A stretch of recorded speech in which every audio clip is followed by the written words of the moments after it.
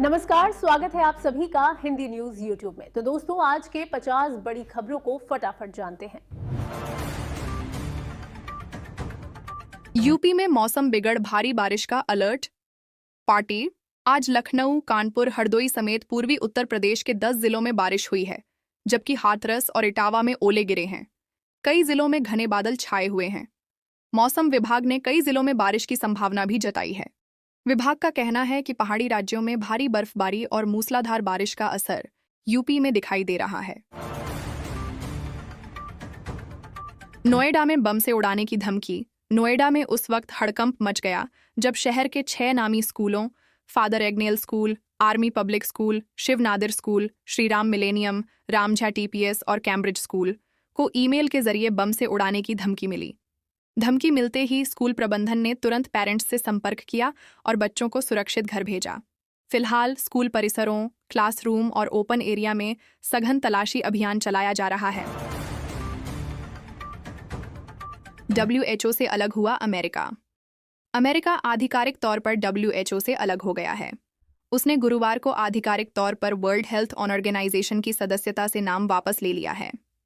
Trump administration ने WHO पर corona virus महामारी को ठीक से हैंडल न करने और यूएस के हितों के खिलाफ काम करने का आरोप लगाया था।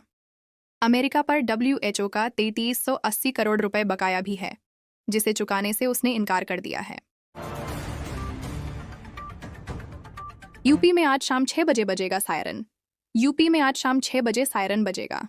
सायरन बजने के साथ ही पूरे प्रदेश में ब्लैकआउट हो जाएगा और मॉक ड्रिल आयोजित की जाएगी।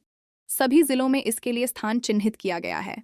इसका उद्देश्य युद्ध जैसी आपात स्थिति में हवाई हमलों से बचाव की ट्रेनिंग और सुरक्षा एजेंसियों की प्लान को जांचना है।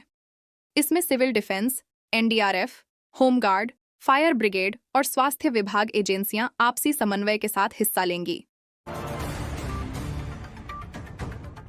केरल में बीजेपी सरकार की नींव पड़ गई।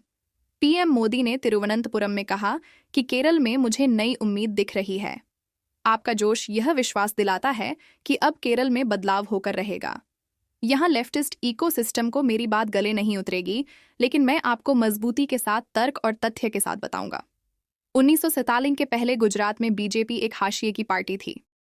1947 में पहली बार अहमदाबाद में नगर निगम में जीत हासिल की, वैसे ही आज बीजेपी ने तिरुवनंतपुरम में हासिल की। आज लखनऊ में हवाई हमले, बम धमाके। लखनऊ पुलिस लाइन मैदान में मॉक ड्रिल की जा रही है। इसमें ड्रोन से हवाई हमले, बम धमाके किए जा रहे हैं।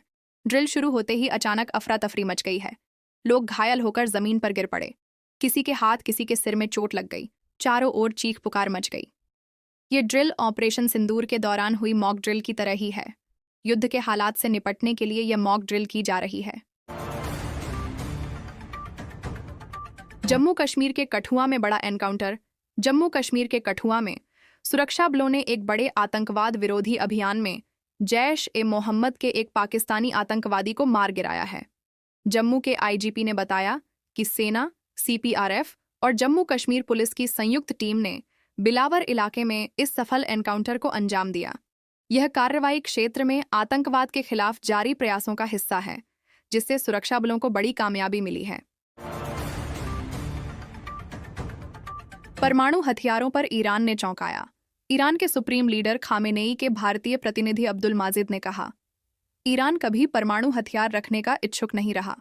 यह धार्मिक रूप से हराम है। हमारा परमाणु कार्यक्रम शांतिपूर्ण उद्देश्यों से है। इंटरनेशनल संगठन दोहरा मापदंड अपनाते हैं।